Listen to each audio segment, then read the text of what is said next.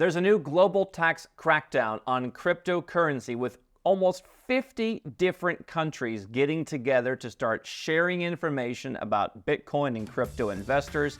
I'm going to tell you how to prepare.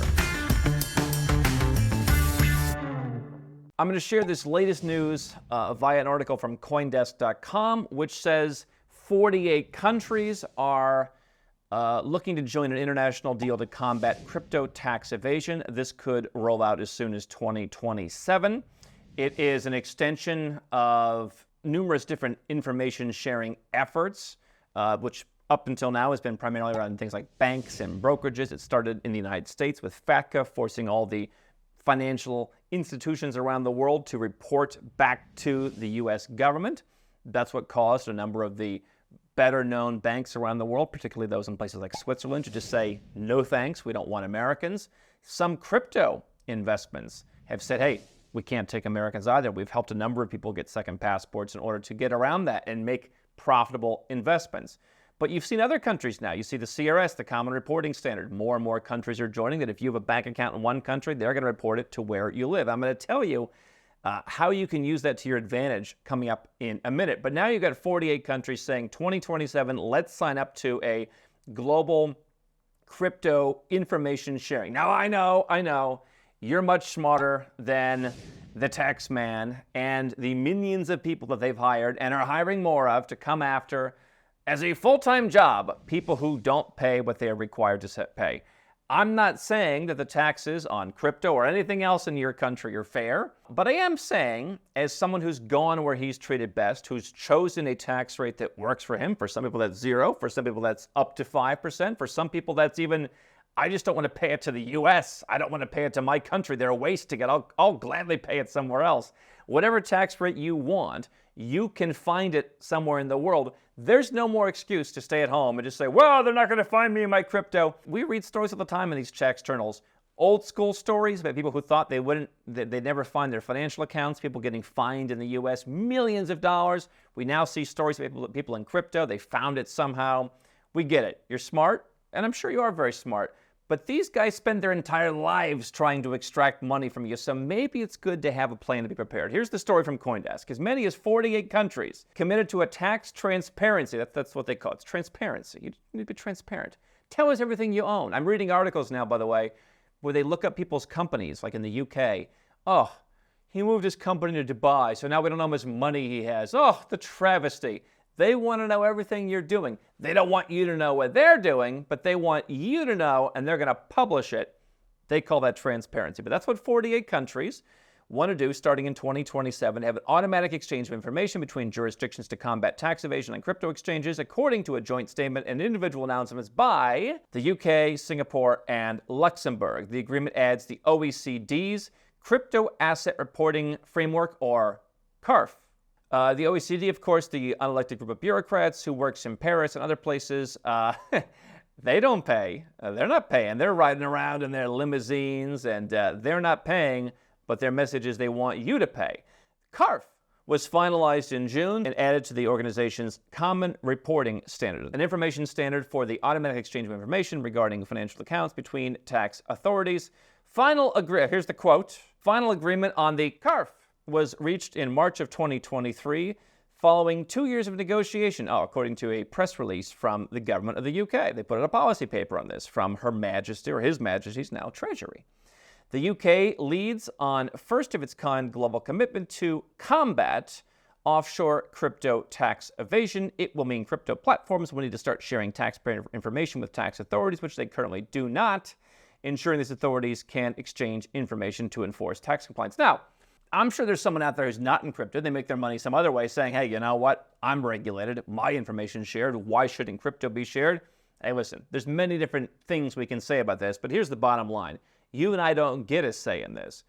I've been saying for a long time, the world's becoming more transparent in terms of these things. And you have a choice of the kind of country that you want to live in. Now, the UK has some tax favorability. If you can live there, let's say as a non-dom. The conditions aren't as good as some of the other non-dom programs around Europe. And obviously not everybody qualifies to be a non-dom.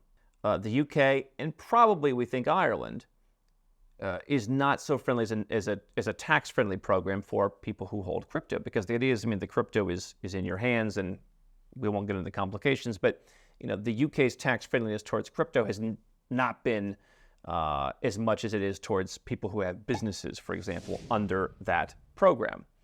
And so, it's not surprising that the UK would come out and be one of the countries to make this announcement. Listen, again, I left the United States, and therefore, because of all the steps I've taken, I no longer have an obligation to the United States. It really wasn't the motivating factor for me. I have a better quality of life. I think I have better relationships. I think it's much better outside of the United States. But the cherry on top is, if I fully extricate myself from that tax system, they don't get to tell me what to do anymore, unless I decide to go invest in U.S. real estate or U.S. stocks or things like that. But if I own crypto, if I have businesses, I can put that wherever I want. And so I think that people in certainly these 48 countries may want to make the same decision. Now, we're seeing several countries with a sizable interest in crypto, such as Turkey, India, China, Russia, and most African nations are not signatories to the statement. Listen, when the CRS started, it was well under 100 countries. It's now over 100 countries. Over time, they kind of bring people in. There will be some countries that just say, hey, we don't want to cooperate, we're too disorganized, we don't care. And obviously the other countries bully them. You can decide how far you want to go in terms of choosing a place to go where you're treated best. For someone involved in crypto, there are certainly people who put crypto in holding company structures. It's always kind of weird. You're a little bit different than a business owner, where the business owner has very clear, organizational structures in terms of where this company works, where this employee works, where this invoice goes to. Crypto, obviously, the framework isn't as clear in many cases. That where is the crypto held? Where is it? Is it where it's physically at? Whatever. But the point is, if you figure out crypto tax protection, where you make sure you're not going to fall into any of these traps, you're going to find that in countries where they're just saying, hey, we don't want to tax you. And there may be certain countries, and there have been certain countries, where they're like, hey, X number of year tax holiday for crypto. There are also other countries where they say, hey, we just don't have taxes at all on things like capital gains or income. There are countries where they might have a 5-year or a 10-year or an 11-year tax holiday. There are countries where you can go and pay a lump sum every year.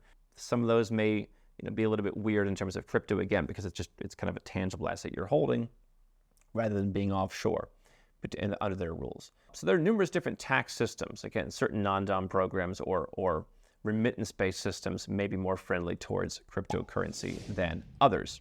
There are places where you can move. If you are an American, if you're a U.S. citizen, a U.S. green card holder, even if you spend a lot of time in the U.S. and you're a U.S. person by other means, you need to get rid of that U.S. person status, or you need to go and live in Puerto Rico. Those are the best options. So generally, American citizens are faced with, do I want to get a second passport and then give up the U.S. passport and live in any other number of tax-friendly places, or do I want to go to Puerto Rico? If you're not American, most other countries, some Scandinavian countries, Mexico, et cetera, may make you move to a shorter list of places for the first, let's say, 3 years after leaving. You can't just move right to what they deem a tax haven, or else they're going to ding you with a bigger tax. But generally speaking, there are places where you can go where, again, in Europe, maybe they've got tax-friendly on crypto, and that's on the nice list, and you can move there. There's so many options, it's hard to kind of go into all of them in a short, presentation. To me, the message is this. If you have crypto, there's been this Wild West, and I support a certain amount of Wild West. I don't think everything has to be super regulated, but the idea that everybody else in your country is paying ridiculous amounts of taxes and crypto would just be untouched because you thought, hey, you just keep it on a ledger. I just think over time, first of all, you're going to want to use that money. Second of all, the tax man has a lot of resources. We've talked to people who just visit a country too often. They get a letter in the mail. They find people's addresses. And sometimes it takes them years, by the way. You think like, oh, I just did something a month ago. They don't know about it. Sometimes it takes them 5 years to figure out what happened. They're not that efficient. But they are really working to crack down on that. I think they really want to make an example of people in crypto right now. FTX and SBF was the beginning of that. I think that they want to show that they're in control of this. I think they want to get the average person in line as crypto gets wider adoption. They don't want people to think, oh, this is just a place to save taxes. They want to come crashing down that the 98% of people who adopt crypto, not from a libertarian perspective, but just more of a hey, this is the future, ease of use, whatever perspective, those people are going to be worried if they think they're going to be, nailed for taxes. So my answer, as always, is very simple. Go where you're treated best.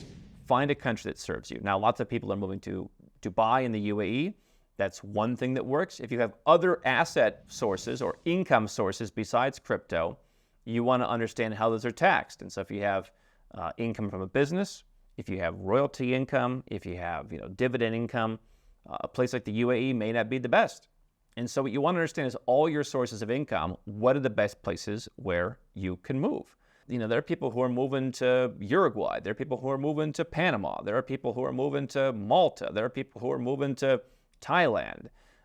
And so again, you might say, I want to pay zero tax, or hey, you know what, I'm willing to pay 5%. You also have to understand, am I getting something from the crypto? Am I getting some kind of income from the crypto? Or am I just planning on selling it as a capital gain? Certain countries are more favorable towards capital gains than they are to income. And so figuring out where the money's coming from. I mean, a lot of people in crypto were just saying, I don't really get anything from this right now. Maybe I work a job, maybe it's a remote job, and maybe I'll pay some tax on the remote job if I move to a place where they have a salary tax. But my biggest thing is protecting when my 1 million becomes 20 million, protecting that future capital gains tax.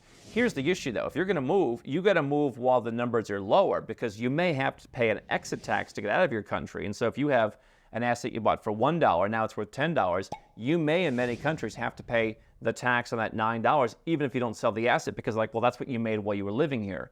And so if you're planning on going from 1 to 20, but it's at 10 now, you can't even fix half your tax problem.